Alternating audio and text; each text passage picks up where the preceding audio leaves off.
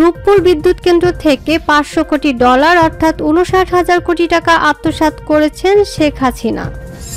শেখ হাসিনার ক্ষমতাচ্যুতির আগে যেভাবে পরিস্থিতি সামাল দিয়েছেন সেনাপ্রধান। রংপুরে শেখ হাসিনা কাদের সহ 40 জনের বিরুদ্ধে আবু সাঈদের পরিবারের মামলা। দ্রুততম সময়ের মধ্যে চিকিৎসার জন্য বিদেশ যাবেন খালেদা জিয়া। আসসালামু আলাইকুম দর্শক, আমাদের হাতে থাকা সর্বশেষ সংবাদে আপনাদের স্বাগত। এতক্ষণ শুনছিলেন সংবাদ শিরোনাম, এবারে থাকছে বিস্তারিত। রূপপুর বিদ্যুৎ কেন্দ্র থেকে 500 কোটি ডলার অর্থাৎ 59,000 কোটি টাকা আত্মসাৎ করেছেন শেখ হাসিনা।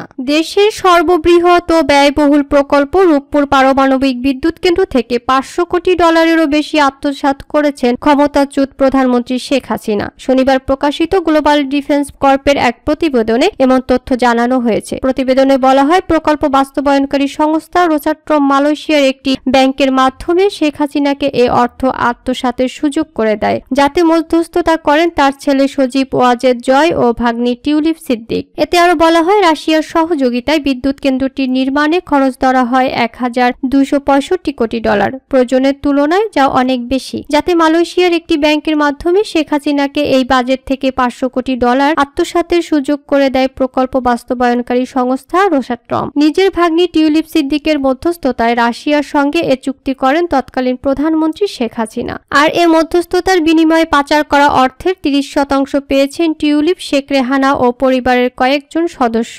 2013 সালে রাশিয়ার প্রেসিডেন্ট ভ্লাদিমির পুতিনের সঙ্গে শেখ রেহানার সাক্ষাতের সময় সঙ্গী ছিলেন টিউলিপ সিদ্দিক। গ্লোবাল ডিফেন্স কর্পের দাবি, সে সময় ঢাকা মস্কোর বিলিয়ন ডলারের অস্ত্র চুক্তির মধ্যস্থতাও করেন তিনি। 2009 সালে প্রচ্ছায়া লিমিটেড নামে একটি ভুয়া কোম্পানি চালু করেন টিউলিপ সিদ্দিক, তার মা শেখ রেহানা ও চাচা তৎকালীন প্রধানমন্ত্রীর প্রতিরক্ষা উপদেষ্টা তারিক আহমেদ সিদ্দিক। যুক্তরাষ্ট্রে ও যমুনা ইনভেস্টমেন্ট নামে একটি কোম্পানি রয়েছে তাদের। গ্লোবাল ডিফেন্স কর্পের অভিযোগ, এ কোম্পানির মাধ্যমে বিভিন্ন দেশের অফশোর অ্যাকাউন্টে অর্থ পাচার করতেন শেখ হাসিনা। তাদের এই কোম্পানিটির ডেস্টিনি গ্রুপ নামে একটি চিটিং ফান্ড কোম্পানির সঙ্গে যুক্ত হয়ে যুক্তরাজ্য সহ বিভিন্ন দেশে প্রায় 900 মিলিয়ন ডলার পাচার হয়েছে। গ্লোবাল ডিফেন্স কর্প নামে পোর্টালটি 2018 সালে চালু হয়। বিভিন্ন দেশের সামরিক ও প্রতিরক্ষা খাতে দুর্নীতির অনুসন্ধান করে থাকে তারা। শেখ হাসিনার ক্ষমতাচ্যুতির আগে যেভাবে পরিস্থিতি সামাল দিয়েছেন সেনাপ্রধান। গত 2রা আগস্ট সেনাপ্রধান জেনারেল ওয়াকারুজ্জামানকে কঠিন পরিস্থিতির মুখোমুখি হতে হয়, যখন শিক্ষার্থীদের নেতৃত্বাধীন মাসব্যাপী বিক্ষোভের ফলে সৃষ্ট ক্রমবর্ধমান পরিস্থিতি নিয়ন্ত্রণে সেনাবাহিনী মোতায়েন করতে হয়েছিল। দেশের চলমান পরিস্থিতি নিয়ে 2 আগস্ট কর্মকর্তাদের বক্তব্য দিতে এক বৈঠক ডাকেন সেনাপ্রধান। অফিসারদের ক্ষোভ প্রশমিত করতে সেনাপ্রধান বলেন, যদি অগণতান্ত্রিক উপায়ে ক্ষমতার হস্তান্তর ঘটে তবে আমাদের দেশ বাংলাদেশ, কেনিয়া বা অন্যান্য আফ্রিকান দেশের মতো হতে পারে। ধৈর্য ধরার পরামর্শ দিয়ে জেনারেল বলেন, 1970 সালের পর আমাদের দেশে এমন গণবিক্ষোভের অভিজ্ঞতা আর হয়নি, সুতরাং এটি একটি অনন্য কেস, আমাদের সবাইকে ধৈর্য ধরতে হবে। বৈঠকটি তরুণ অফিসারদের ক্রোধের মধ্য দিয়ে শেষ হয়। 3 দিন পর 5 আগস্ট শেখ হাসিনা একটি সামরিক হেলিকপ্টারে চড়েন, যেটা তাকে ভারতীয় সীমান্ত পেরিয়ে আগরতলায় নিয়ে যায়, যেখানে বাংলাদেশ বিমান বাহিনীর একটি C-130 পরিবহন উড়োজাহাজ অপেক্ষমান ছিল। সেটা শেখ হাসিনাকে দিল্লির উপকণ্ঠের হিন্দন বিমান ঘাঁটিতে নিয়ে যায়। জেনারেল ওয়াকারুজ্জামানের অবস্থান ছিল অস্বস্তিকর, কারণ তিনি শেখ হাসিনার নিয়োগপ্রাপ্ত ছিলেন এবং শেখ হাসিনার আত্মীয় ছিলেন। বিষয়টি সম্ভবত তাকে অস্থিতিশীল পরিস্থিতি সম্পর্কে আরো সতর্ক করে তুলেছিল। অপরাধমূলক কর্মকাণ্ড মোকাবেলা এবং স্বাভাবিক অবস্থা ফিরিয়ে আনার জন্য বিশৃঙ্খলার মধ্যে সেনাবাহিনী মোতায়েন যৌক্তিক হিসেবে তুলে ধরতে সেনাপ্রধান বলেছিলেন, বাংলাদেশ সেনাবাহিনী ভালো পারফর্ম করেছে এবং 1719 রাউন্ড গুলি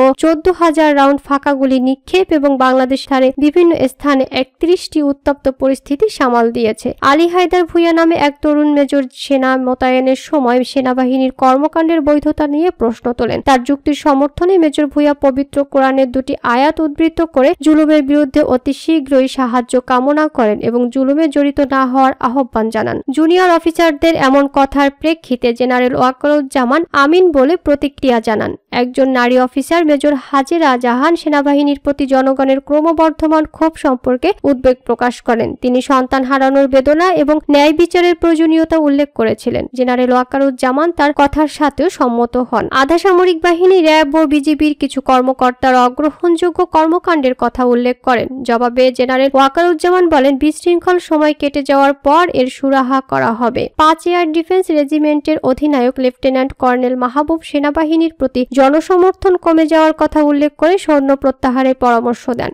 অন্যদিকে চট্টগ্রামের আরেক কর্মকর্তা আহত ছাত্রদের সহায়তার মাধ্যমে সেনাবাহিনীকে তার ভাবমূর্তি পুনরুদ্ধারে কাজ করার পরামর্শ দেন। শেষ বক্তব্যে জেনারেল ওয়াকারুজ্জামান নিজেও যে সামাজিক চাপ ও হয়রানির মুখোমুখি হচ্ছেন তা তুলে ধরেন। নিজের হতাশা প্রকাশে তুলে ধরেন আয়ুব বাচ্চুর একটি গানের কথা। রংপুরে শেখ হাসিনা কাদের সহ 40 জনের বিরুদ্ধে আবু সাঈদের পরিবারের মামলা। সাবেক প্রধানমন্ত্রী ও আওয়ামী লীগ সভাপতি শেখ হাসিনা সহ 40 জনের বিরুদ্ধে হত্যা মামলা দায়ের করেছে বৈষম্য বিরোধী ছাত্র আন্দোলনে নিহত রংপুরের বেগম রোকেয়া বিশ্ববিদ্যালয়ের শিক্ষার্থী আবু সাঈদের পরিবার। মামলায় শেখ হাসিনা ছাড়াও আওয়ামী লীগের সাধারণ সম্পাদক ও সাবেক মন্ত্রী ওবায়দুল কাদেরকেও আসামি করা হয়েছে। রোববার সকালে রংপুর আদালতে নিহত আবু সাঈদের বড় ভাই এ মামলা করেন। উল্লেখ্য, সরকারি চাকরিতে কোটা সংস্কারের দাবিতে আন্দোলন চলাকালে গত 16 জুলাই পুলিশের গুলিতে রোকেয়া বিশ্ববিদ্যালয়ের ইংরেজি বিভাগের 12তম ব্যাচের শিক্ষার্থী আবু সাঈদ বয়স 22 নিহত হন। বিশ্ববিদ্যালয়ের সামনে পার্ক মোড়ে নিহত হন তিনি। আবু সাঈদ বিশ্ববিদ্যালয়ের কোটা আন্দোলনের অন্যতম সমন্বয়ক ছিলেন। দ্রুততম সময়ের মধ্যে চিকিৎসার জন্য বিদেশে যাবেন খালেদা জিয়া।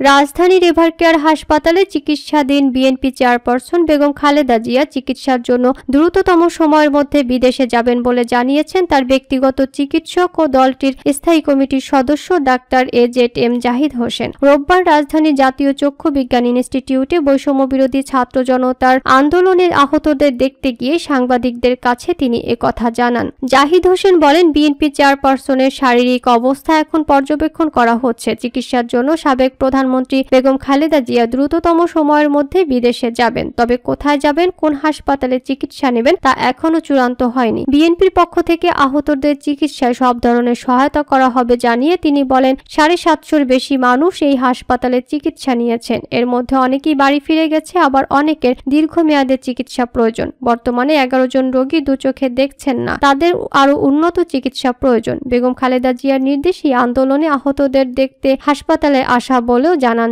ডাক্তার জাহিদ।